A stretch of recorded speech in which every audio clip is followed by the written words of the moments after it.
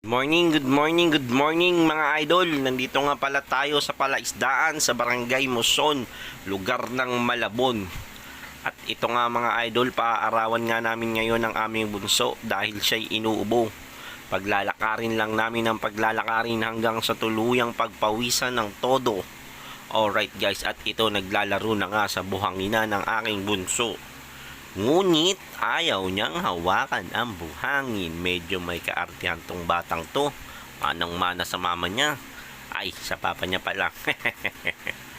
Ito guys, dadalhin natin siya sa pinakagilid ng palaisdaan para makita niya at matanaw niya ang maliliit na isda doon. At ito na nga guys, maraming talapia dito. Ang talapia ni Idol na walang kamatayan. Good morning. Malapit nang matapos ang video na to. Happy lang tayo. Let's go!